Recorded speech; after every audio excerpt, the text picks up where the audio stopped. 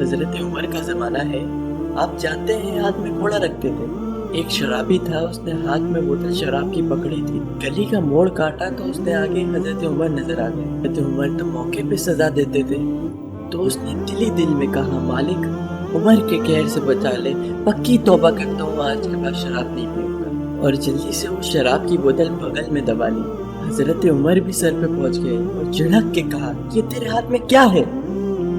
تو ڈرتے ہوئے کہا، حضرت سرکہ ہے۔ تو عمر تھے، کہا، دکھا۔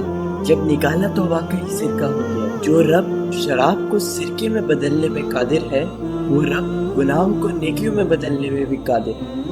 اس کے در پہ کوئی آئے تو صحیح، جھولی پھیلائے تو صحیح، تو مائل بک کرم ہے، کوئی سائے لے نہیں، راہ دکھائے کسے، راہ رمے منزل ہی نہیں۔ کوئی اس کی دہلیز پہ تو آئے، اس کی چوکٹ پہ تو آئے، بلکہ اس کی رحمتیں تو بہانے ڈھونڈتی۔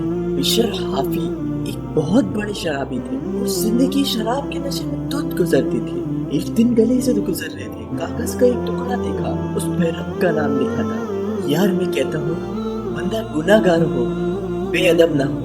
اس کاغذ پہ رب کا نام لکھا تھا، اس کو اٹھایا، چوما، صاف کیا، خوشبو لگائی اور اونچی جگہ پہ رکھ دیا کہ یہ میرے رب کا نام ہے، اور شراب پینے پھر وہ کھانے میں چلے گئے۔ اس وقت کے ولی کو اعلان ہوا کہ جا ڈھونڈ بشر کو اور میرا سلام دے، اور اسے کہہ دے کہ رب نے تیرے سارے گناہ معاف کر دیے۔ نکلا، پوچھا بشر کون ہے؟ لوگوں نے کہا وہ تو بہت بڑا شرابی ہے۔ اللہ اکبر۔ گھر پوچھا، گھر والوں نے کہا وہ تو مے خانے میں ہے۔ ولی اللہ مے خانے کی طرف چلے گئے۔ وقت کا ولی اللہ شراب کھانے کے دروازے پہ دستک دے رہا ہے۔ اندر سے آواز آئی، کون؟ ولی اللہ نے نام بتایا، کہا کہ میں بشر کو ملنا چاہتا ہوں، کہا کہ وہ تو نشے میں دھت پڑا ہے۔ ساقی مے خانہ نے کہا وہ تو نشے میں دھت پڑا ہے، کہا اس سے ملنے آیا۔ اس نے جا کے کہا کہ باہر کوئی تیرے مہمان آیا ہے۔ تو حضرت بشر نشے میں ہی ڈولتے ننگے پاؤں دروازے پہ آئے۔ وقت کا ولی دروازے پہ کھڑا تھا، کہا کہ تیرے رب نے تجھے سلام بھیجا ہے، تو نے اس کے نام کی قدر کی تھی، اس نے تیرے سارے گناہ معاف کر دیے۔ بشر حافی ننگے پاؤں تھے، اس وقت نشے میں تھے۔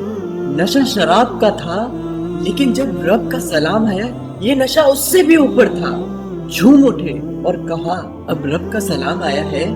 اس وقت میں ننگے پاؤں تھا، تو میں ساری زندگی جوتا نہیں پہنوں گا۔ عربی میں حافی ننگے پاؤں والے کو کہتے ہیں، تو بشر حافی کو بشر حافی اس لیے کہتے ہیں۔ تو ساری زندگی پھر رہ نہ پا رہے، انہوں نے کبھی بھی جوتا نہیں پہنا کہ زندگی بدل گئی، لیکن پاؤں میں جوتے نہیں پہنے۔ کہتے تھے کہ جب میرے رب کا سندیشہ میرے پاس آیا تھا، میری جب تقدیر بدلی تھی، میرے رب نے جب مجھے محبت نامہ بھیجا تھا، مجھے سلام بھیجا تھا، مجھے پیغام بھیجا تھا، تو میرے پاؤں میں جوتا نہیں تھا، تو بشر حافی جوتا نہیں پہنتے تھے۔ تو رب نے یہ کیا کہ بشر حافی نے جو گھر سے مسجد جانے کے لیے جو راستہ اختیار کرنا ہوتا تھا، اس راستے پہ جانور گوبر نہیں کیا کرتے تھے۔ یہ بشر حافی کی گزرگاہ ہے۔ ایک دن ایک شخص آیا، تو جس راستے سے بشر حافی گزرا کرتے تھے، تو وہاں کسی جانور کا گوبر پڑا ہوا تھا۔ تو اس نے کہا، نواز سے کوئی الناس، لوگوں سن لو، بشر حافی انتقال کر گئے۔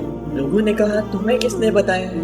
یہ گوبر پڑا ہوا ہے، اس کا مطلب بشر حافی آج اس راستے سے نہیں گزرے۔ جب پتہ کیا گیا تو حضرت بشر حافی کا واقعی انتقال ہو گیا۔ تو کوئی سچی توبہ کرے تو صحیح، کوئی اس کی دہلیز پہ آئے تو صحیح۔ ہم تو مائل بکرم ہیں، کوئی سائل ہی نہیں، راہ دکھائے کسی، راہ روے منزل ہی نہیں۔ کوئی جولی تو پھیلائے، وہ تو قریب ہے، اس کی تو رحمتیں آواز دے رہی ہے۔ یا ایھا الانسان ما غرک بربک الکریم، او بھاگے ہوئے انسان، واپس آ جا، تیرا رب بڑا قریب ہے۔